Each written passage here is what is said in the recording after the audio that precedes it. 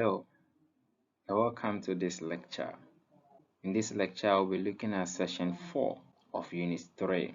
In this session, we are looking at the subsequent measurement of PPE. Subsequent measurement of PPE.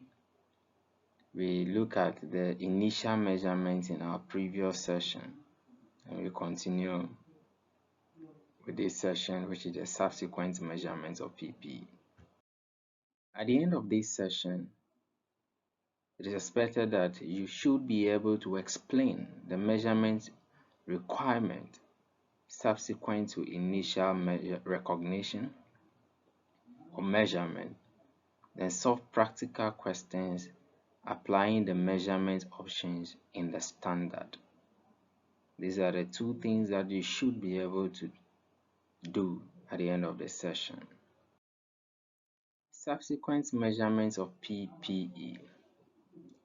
An entity shall choose either the cost model or the revaluation model as its subsequent accounting policy and shall apply that policy to an entire class of property, plant, and equipment. So after the initial measurement, it is either the entity selects the cost model or the revaluation model, and each of them that is selected must be applied to PPE.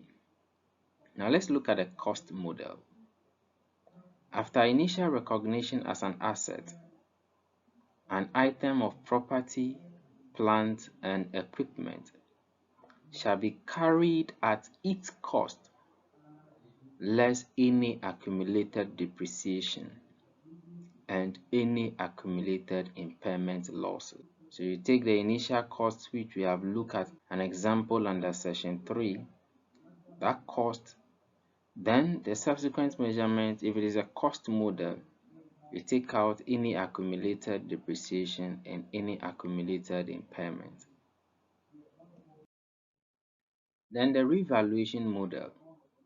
If the entity is adopting the revaluation model, an item of property, plant and equipment whose fair value can be measured reliably shall be carried at a revalued amount, being its fair value at the date of the revaluation, less any subsequent accumulated depreciation and subsequent accumulated impairment losses. Here, you use the fair value prevailing in the market as the residual value of the asset. And before you arrive at that, you need to take out any accumulated depreciation and accumulated impairment loss.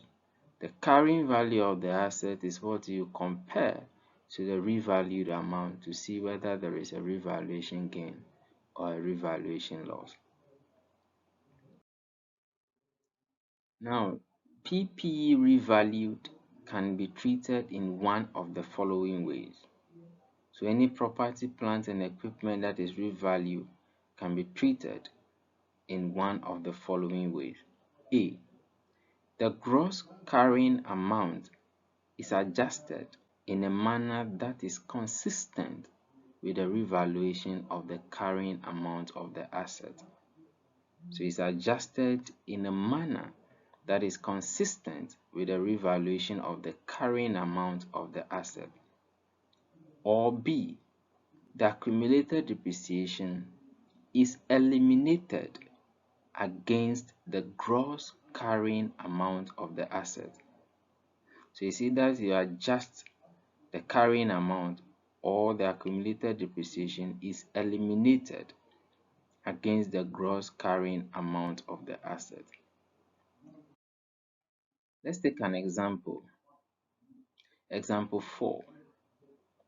Boatima Limited has an item of plant with an initial cost of 100,000 Ghana cedis.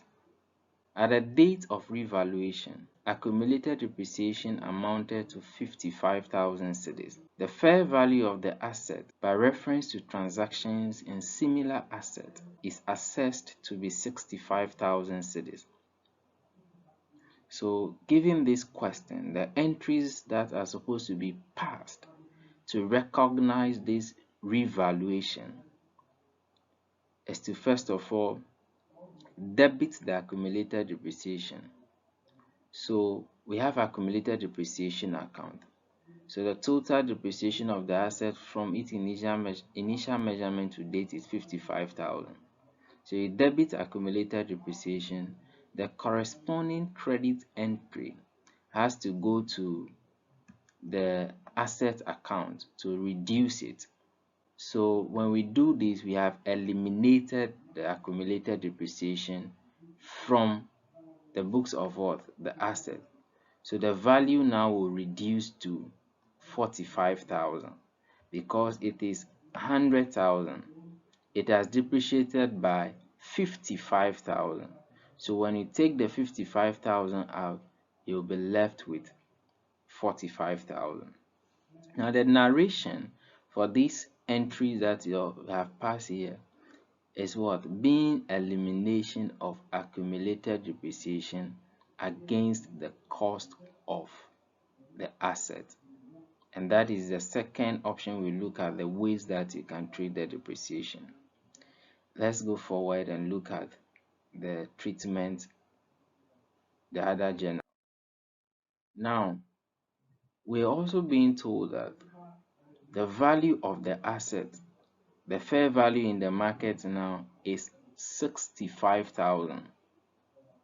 But the carrying value after subtracting accumulated depreciation is 45,000. But the value is now 65,000. So there has been what? A revaluation upward, or you are gaining, or the value of the asset is increasing from 45,000 to 65,000. This will give us a difference of 20,000.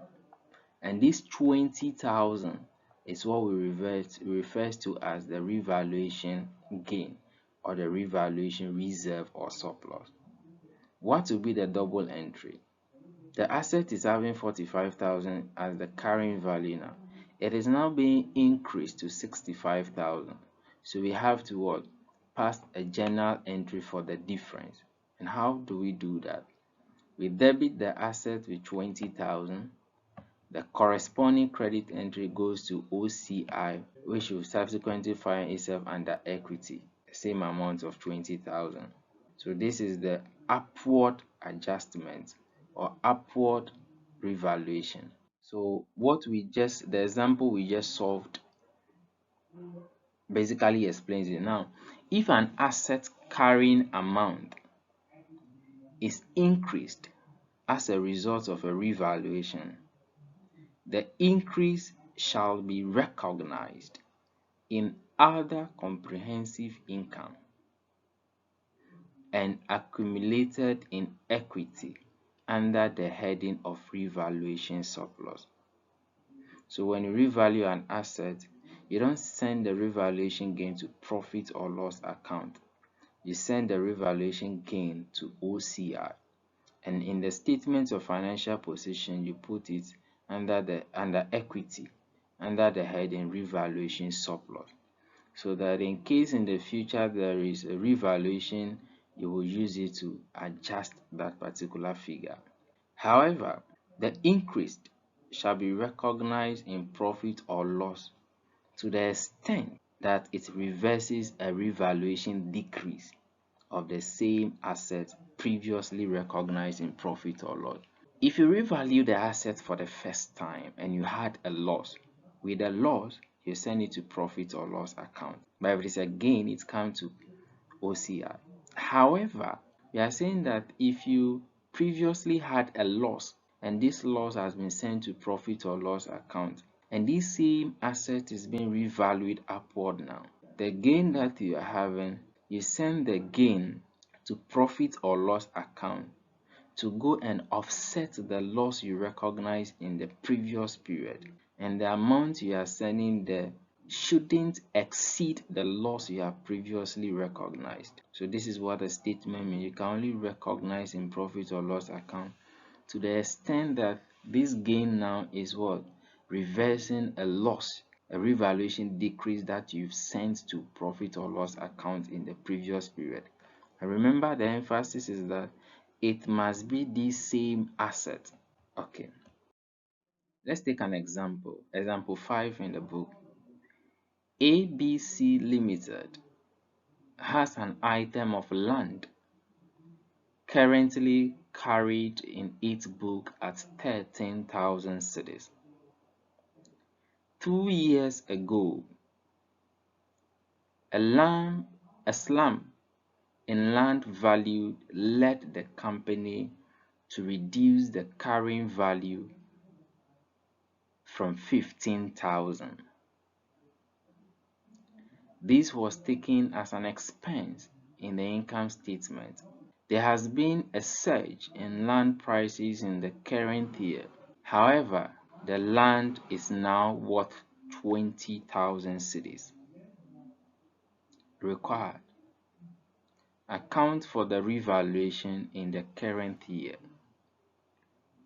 Now we are basically saying that the land is currently having what, a book value of 13,000. However, 2 years ago, the cost is 15,000.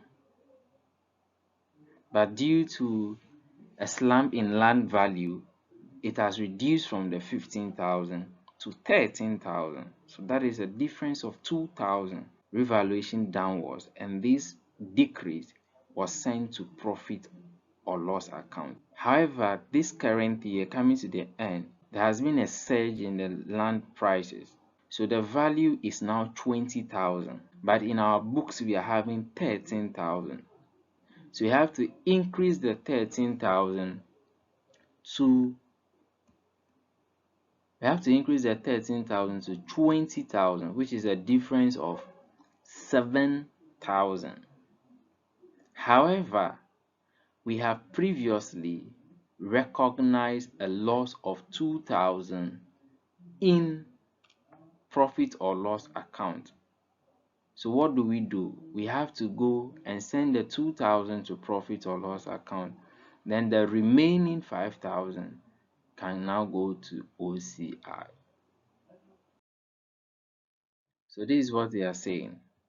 The double entry for this transaction is to debit the asset whose value is now increasing. So we are at 13,000. We want to move to 20,000. So we debit it with 7,000 to increase the value to 20,000. So this is what will happen in the statement of financial position.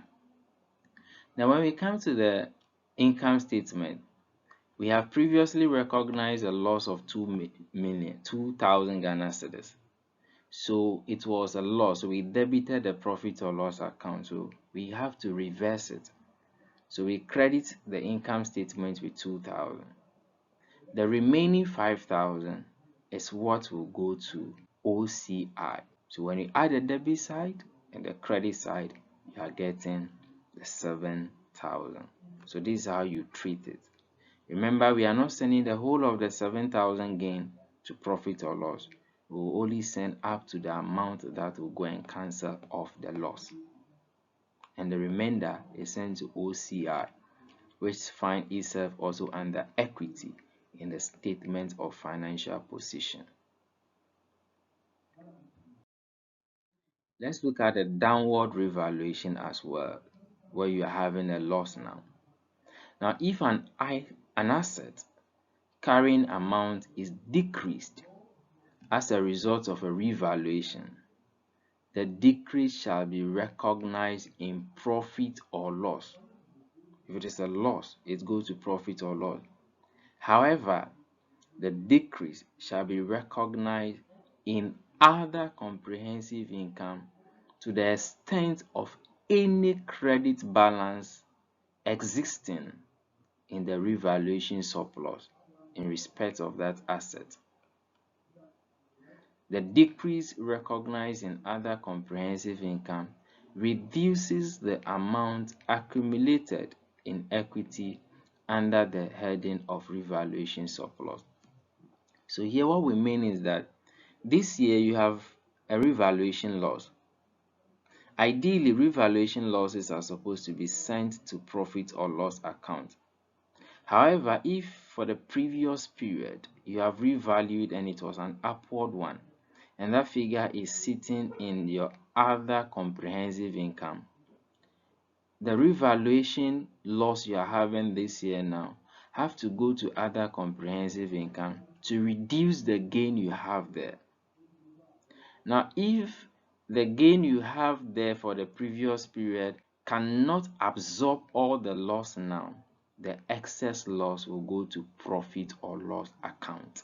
Just as we look for when there was upward revaluation and then there was a loss for the previous period, we do the same thing. So the loss is now reducing the revaluation gain in OCI, at the same time reducing it, the figure that will go to revaluation surplus and the equity in the statement of financial position. So that is how we treat the revaluation, either upward or downward revaluation. Solve more questions to get more understanding. So in summary, we have been able to look at the two methods for subsequent measurement of PPE, which are the cost model and the revaluation model. We'll go deeper in the last two sessions of this unit. Thank you.